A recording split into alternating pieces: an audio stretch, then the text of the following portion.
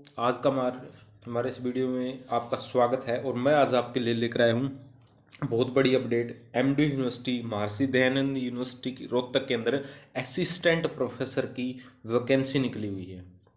तो जो स्टूडेंट है जिनका मास्टर कंप्लीट है, नेट क्वालिफाई है, प्लस जिनकी पीएचडी है और रिसर्च पेपर है, तो उन स्टूडेंट के लिए बहुत बड़ी अपॉर्चुनिटी है। हालांकि बहुत सारे स्टूडेंट का ये डाउट है कि क्या इसके अंदर पीएचडी कंप्लीट होनी चाहिए या नहीं होनी चाहिए। देखिएगा, यूनिवर्सिटी में लगने के लिए पीएचडी होनी चाहिए, लेकिन कंपलसरी नहीं होता। लेकिन जो जिनकी पीएचडी कंप्लीट है प्लस रिसर्च पेपर है, जिनका एपीआई स्कोर बेस्ट है, उसके बेसिस पर जो है पीएचडी होल्डर जिनकी पीएचडी कंप्लीट हो चुके वहीं इंटरव्यू के लिए शॉर्ट लिस्ट होंगे। वैसे आप अप्लाई कर सकते हैं। तो आपकी जो अप्लाई डेट है वो आप देख सकते हैं। तो जिनका नेट क्वालिफाई मास्टर है वो अप्लाई कर सकते हैं, लेकिन मैं आपको क्लियर कट बता देता हूँ कि जो शॉर्ट लिस्ट होंगे वो PhD complete plus research paper होगा। क्योंकि अगर आपका एपीआई स्कोर जो है, आपको पता है एकेडमिक परसेंट, मतलब जो आपका एकेडमिक स्कोर है, एपीआई स्कोर जिसे हम बोलते हैं, एकेडमिक आपका परफॉर्मेंस इंडेक्स जिसे हम बोलते हैं, तो उसमें अगर आपके 50 से कम बढ़ रहे हैं ना, तो कहीं पर भी आप है वो एलिजिबल नहीं होंगे। आप ये मत सोचिएगा कि आपका नेट क्वालिफाई हो गया तो आप असिस्टेंट प्रोफेसर बन जाएंगे, ऐसा नहीं होता। आपका जो एपीआई स्कोर है उसके बेसिस पर होता है। तो एमडी के जो फॉर्म निकले हुए जिनकी पीएचडी कंप्लीट हो चुकी है, सराहना मौका है। कितनी सीटें हैं, कितनी वैकेंसी है, लास्ट डेट है, सारी डिटेल हम करने वाले हैं। एमडी से रिलेटेड ऐसी अपडेट पाने के लिए हमारे चैनल के साथ जुड़े रहिएगा, चैनल को सब्सक्राइब कर दीजिएगा। तो ऑनलाइन फॉर्म वो है वो 11/3/2024 से निकले हुए हैं और 3/4/2024, यानी कि अप्रैल के 3 अप्रैल तक आपके फॉर्म भरे जाएंगे। ठीक है, तो आपके ये रही इतने तारीख की बात। हम बात कर लेते हैं कितनी वैकेंसी है, किस किस डिपार्टमेंट में कितनी कितनी वैकेंसी, कैटेगरी वाइज हम डिस्कशन करने वाले हैं। तो सबसे पहले हम देख लेते हैं यहाँ बायोकेमिस्ट्री अनरिजर्व कैटेगरी एक सीट है, एससी की एक सीट है, बाकी कोई और सीट नहीं है।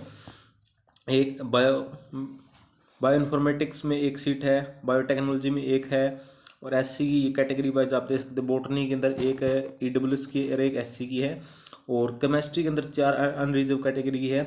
तो अनरिजर्व कैटेगरी के अंदर अगर जिनका और कैटेगरी जैसे एससी बीसी ये वाले स्टूडेंट भी इसके अंदर अप्लाई कर सकते हैं और उनका एकेडमिक स्कोर अच्छा है, तो वो अनरिजर्व कैटेगरी के अंदर उनको सिलेक्शन हो सकता है। ठीक है, तो बहुत बड़ी अपॉर्चुनिटी है। तो यहाँ अगर हम सैलरी की बात करें तो यहाँ 60,000 से लेकर के जो आपकी है, ये देखिएगा सैलरी की हम बात कर लेते हैं तो सैलरी बहुत ज़्यादा मिलती है। अगर आप यूनिवर्सिटी में लेके जाते हैं तो 57,700 से लेकर के जो आपका 1,80,000 आपका 80,000 2400 रुपये तक आपको मिलते हैं, यानी कि 1,82,400 रुपये तक आपको जो अमाउंट मिलती है। ठीक है, तो यहाँ अप्लाई की फ़ीस कितनी है? आप अप्लाई की फ़ीस जो आपकी अनरिजर्व कैटेगरी के अंदर है 1,600 रुपये है, और फीमेल हरियाणा रेजिडेंट्स जो है उनके लिए 800 रुपये है, और एससी बीसीए बीसीबी ईडब्ल्यूएस बाकी जो कैटेगरी बच गई उनकी 400 है, और पीडब्ल्यूडी यानी कि जो फिजिकल हैंडीकैप है उनके लिए कोई जो है यहाँ वैकेंसी नहीं है। तो ये आप जिनका, ठीक है, तो जिनका मतलब मैं तो मानता हूँ कि जिनकी पीएचडी कंप्लीट है उनको करने का फ़ायदा है। बाकी नेट मास्टर और नेट वाले तो दुनिया घूम रही है, बहुत ज़्यादा कैंडिडेट मास्टर और नेट कंप्लीट क्वालिफाई किए हुए हैं, तो इसलिए इसके अंदर जिनकी पीएचडी कंप्लीट है वही अप्लाई करें। तो सारी कंडीशन आप देख लीजिएगा, इसके अंदर दे रखी है, और कितनी कितनी वैकेंसी हमने ये देख ली। ठीक है, तो ये एक बार वैकेंसी फिर से देख लेते हैं हम, और अलग अलग सब्जेक्ट के अंदर आप देख सकते हैं।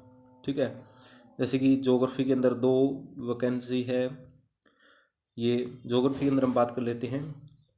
ज्योग्राफी के अंदर जैसे कि 2 अनरिजर्व की है, एससी की भी है, एक एक पोस्ट है, तो टोटल 6 जो वैकेंसीज हैं। ठीक है, इस प्रकार एजुकेशन में है, इंग्लिश में है, इन्वायरमेंट में आप देख सकते हैं अपने। ठीक है, ला के अंदर 3 है, एक एक काफ़ी कईयों में अच्छी खासी पोस्ट है, कईयों में थोड़ी कम है। तो ये आप अपने वीडियो को रोक करके स्क्रीनशॉट आप देखिए, स्क्रीनशॉट ले सकते हैं। ठीक है, और ये देखिएगा, ये जो आपका ये रहा।